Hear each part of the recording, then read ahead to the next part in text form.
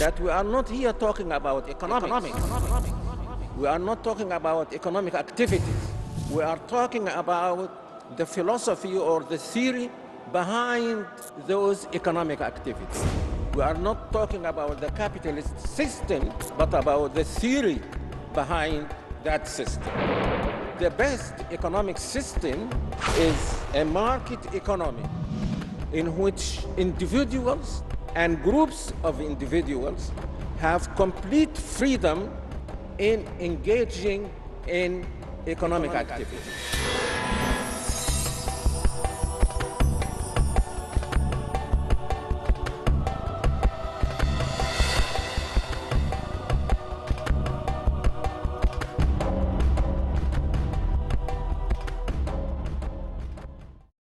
We can see that the common good cannot be served without the help of states.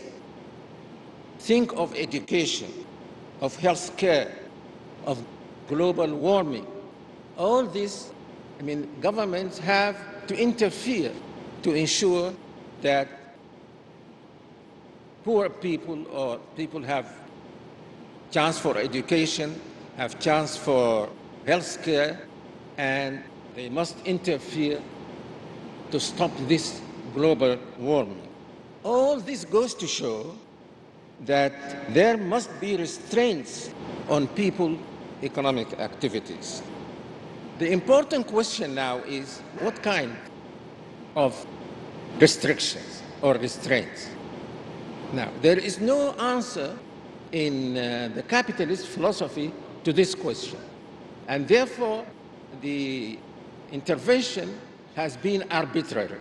But because this philosophy is an individualist philosophy, the intervention never went as far as helping the poor people.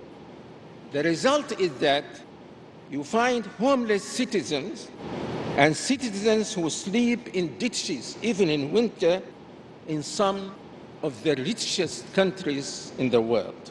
6, the problem with the capitalist philosophy is not in its advocacy of market economy, as the socialists used to say, but in its view of that economy. Market economy, as you know, is an economy where people can buy and sell and own and save and work and so on.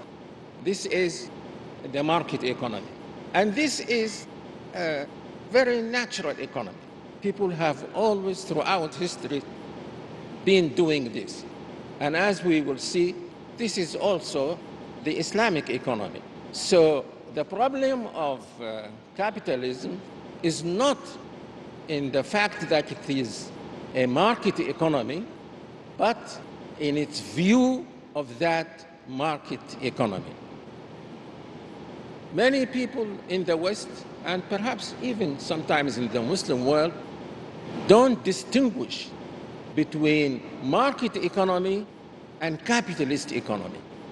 Capitalist economy is market economy, but not every market economy is capitalist economy. Sometimes when people in the West are told that in Islam people are given the freedom to buy and to sell and to save, and so they say, oh, your economy is a capitalist economy. No, it is not capitalist economy.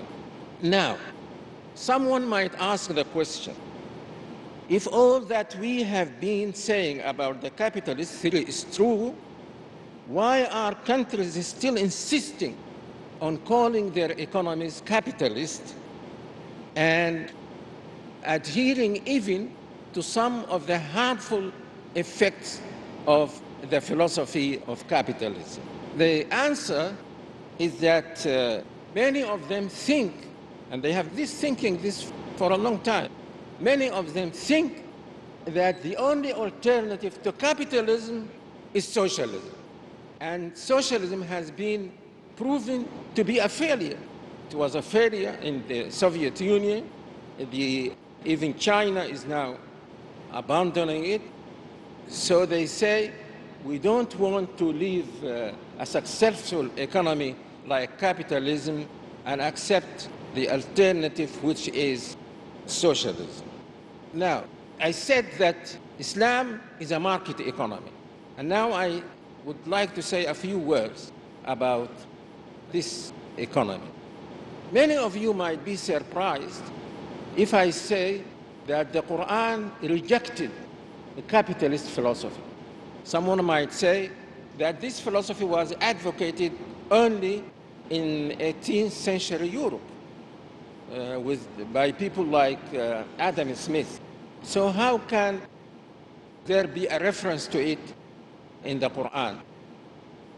The truth is that this philosophy predates Adam Smith and 18th century thinking. Allah subhanahu wa ta'ala tells us in the Quran, the people to whom the rich people, Prophet Shu'aib was sent, did believe in a kind of capitalist philosophy. I would like again to emphasize the fact that there is a difference between the capitalist philosophy and capitalism. Of course, at the time of Shu'aib, there was no capitalism like the one we see in our days. There wasn't. Their economy was rather elementary, only buying and selling and so on. But their philosophy was capitalist philosophy. I would like first to read the verses referring to this in Arabic for the sake of the brothers who understand Arabic, and then read the translation. وإلى مدين أخاهم شعيبا قال يا قوم اعبدوا الله ما لكم من إله غيره ولا تنقصوا المكيال والميزان إني أراكم بخير وإني أخاف عليكم عذاب يوم محيط ويا قوم أوفوا المكيال والميزان بالقسط ولا تبخسوا الناس أشياءهم ولا تعثوا في الأرض مفسدين بقية الله خير لكم إن كنتم مؤمنين وما أنا عليكم بحفيظ قالوا يا شعيب أصلاتك تأمرك أن نترك ما يعبد آباؤنا أو أن نفعل في أموالنا ما نشاء. Those who speak Arabic, remember this phrase. أن نفعل في أموالنا ما نشاء إنك لأنت الحليم الرشيد. And to Madian we sent their brother Shu'aib. He said, O my people, worship Allah. You have no God other than Him, and do not decrease from the measure and the scale. I see you in prosperity, but I fear for you the punishment of an encompassing day. And O my people, give full measure and weight in justice, and do not deprive people of their due, and do not commit abuse in the earth, spreading corruption. What remains lawful from Allah is best for you if you would be believers. But I am not a guardian over you.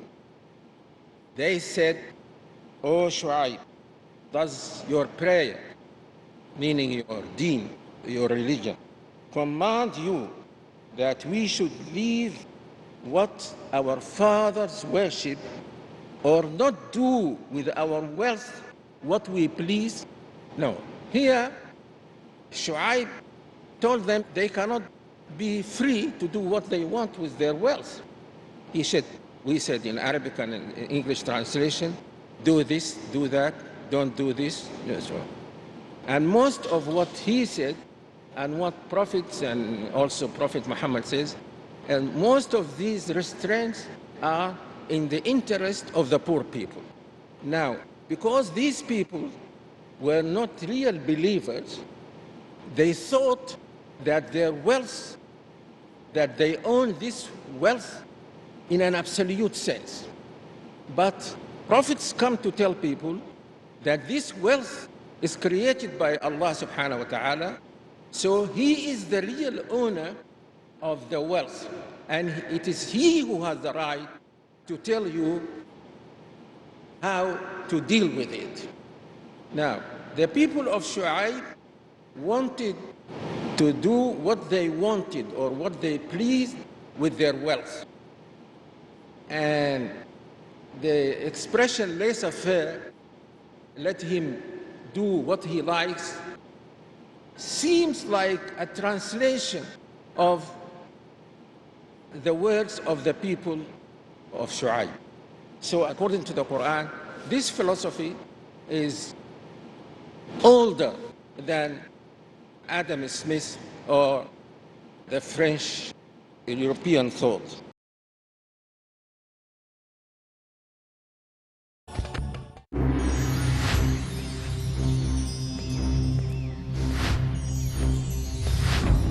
Protect your worship. Is your worship plagued by random mental activity? Wandering thoughts? Care for your worship. Corrupt intentions? Do you lack ihsan? Focus? Khushu' and humility? Perfect your worship. Watch. With me, Abdurrahim Green on Peace TV. How to save your worship from being corrupt in Inner Dimensions of Worship. Tonight at 11:30 p.m. Saudi Arabia and 12:30 a.m. UAE on Peace TV. Where truth is hidden and misleading quotations create confusion. Where truth is hidden, lack of knowledge and wisdom cause upheaval and commotion. Where truth is hidden, manipulated scriptures and twisted facts emerge. This very hidden truth creates false propaganda, mayhem, chaos, disorder, and turmoil in our lives and the world order. But is there anyone with courage and wisdom? What is the truth? And who has the courage to expose it?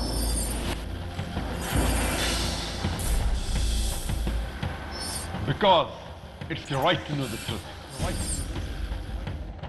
Watch truth prevail and lies perish in Truth Exposed by Dr. Zakir Naik. Next on Peace TV.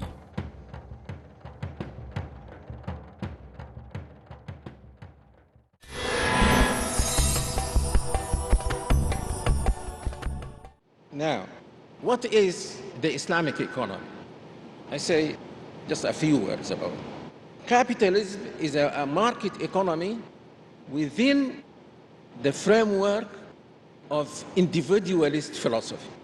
Islamic economy is market economy within the principle of faith and fraternity. Allah subhanahu wa ta'ala created human beings so that they may have faith in Him and be brothers in that faith. So according to Islam, this principle of faith and brotherhood is the principle on which all Islamic social arrangements are based. All of them, whether they are political, economic, social, or so on. All of them are based on this principle of faith in Allah and brotherhood. Islamic economy is a market economy because we read in the Quran that Allah subhanahu wa ta'ala says, وَأَحَلَّ اللَّهُ الْبَيْعَ وَحَرَّمَ الرِّبَى. Allah made buying and selling lawful, but He forbade riba. So on the one hand, there is freedom to buy and sell. On the other hand, there is a restraint on this, and that is the prohibition of riba. And it is not only the restraint on economic activity is not confined to the prohibition of riba. I don't have the exact quote in front of me, but he said something that I found very interesting. He said that if there was a 3% annual tax on capital in the United States, there would have been no poor person in the world. So he was talking only about the United States. What if that 3% tax was levied on people in Europe and other parts of the world? And I found it interesting, as you must have also found it interesting, because the 3% is very much near the zakah, because the zakah is only 2.5% on capital, something like a tax, annual tax on capital. So he said, if that was the case in the United States alone, there would have been no poor person in the world. There are other restraints, as I have set by Islam, on the activities of, people are free, but there are restraints. We mentioned two of them, but there is a general one, which says, كَيْ لَا يَكُونَ دُولَةً بَيْنَ الْأَغْنِيَاءِ مِنْكُمْ. Do not let wealth be circulating among the rich people among you. So governments are required to take measures to have policies that prevent this circulation of wealth among the rich only. Now, I conclude by asking, what will happen now that this philosophy of capitalism has now been criticized and rejected by many people, even in the West, by economists, by heads of states, by leaders, and so on? What will happen after this? It seems that if people are liberated from the shackles of this philosophy, then deal with their economic activities in a commonsensical manner. They will use only common sense and not be restrained by this ideology. And as many people in the West are now saying also, the economic activities should work within the moral values. Moral values, the most important of which is to help the poor and the needy. And it is hoped that if this happens in countries that were capitalist, this will bring the economies of the world nearer and nearer to Islam. In fact, there is already in the United States, and I don't know whether in other parts of Europe, there is already some interest in Islamic economic principles at the academic level. أقول قولي هذا وأستغفر الله العظيم لي ولكم. السلام عليكم ورحمة الله وبركاته. Jazakallahu khairan for that fascinating talk on a very important topic. Now it's time for question and answer session. We have two microphones, one at the front for the brothers and one in the sisters section. I would ask, when you come to ask your question, please to give precedence to any non-Muslims that may want to ask a question. Please state your name and your occupation. Please keep your question short and on topic. Jazakallah khair. So can we have the first question from the brothers section, please? Assalamu alaikum. My name is Talat Ansari. I am from Nagpur. Due to this universal recession, some Muslim scholars relate this universal recession to riba, the sood, the interest. If it is so, even if Muslims are in majority to negate riba, why Muslims also face this problem of economy? Remember, I told you at the beginning of this talk, we are not talking about economics. We are talking only about the philosophy behind that economics. And in Islam, riba is prohibited. But Islam does not say that it is enough to prohibit riba. As I said, there must be zakah, there must be policies that prevent wealth from circulating among the rich only. So riba was a factor in the economic crisis, but it was not the only one, and it cannot by itself, the prohibition of riba will not by itself solve all the problems. Jazakallah. Question from the sister section, inshallah. Assalamu alaikum wa rahmatullahi wa barakatuh. My name is Alia Muqaddam and I'm a student of English literature. My question is, the Islamic financial system has set no limits on the margin of profit a person can make in his trade. Don't you think if the selling price is much higher than the cost price, it would be cheating the customers? No, you cannot do that, and it will not solve the problem. Because remember that in Islam, this is a market economy, and you can make as much profit as you can. But what you are fearing will not happen if other measures are also taken. If riba is prohibited, if zakah is levied, if the wealth does not circulate only among the rich, then there will be, even in Islam, some people who are poor, some who are rich. But we hope that the gap between the two will not be as it is in the capitalist countries. So we cannot do this, because the Prophet was once asked to specify prices. He said, Allah wal musa'ir. We leave this to Allah subhanahu wa ta'ala.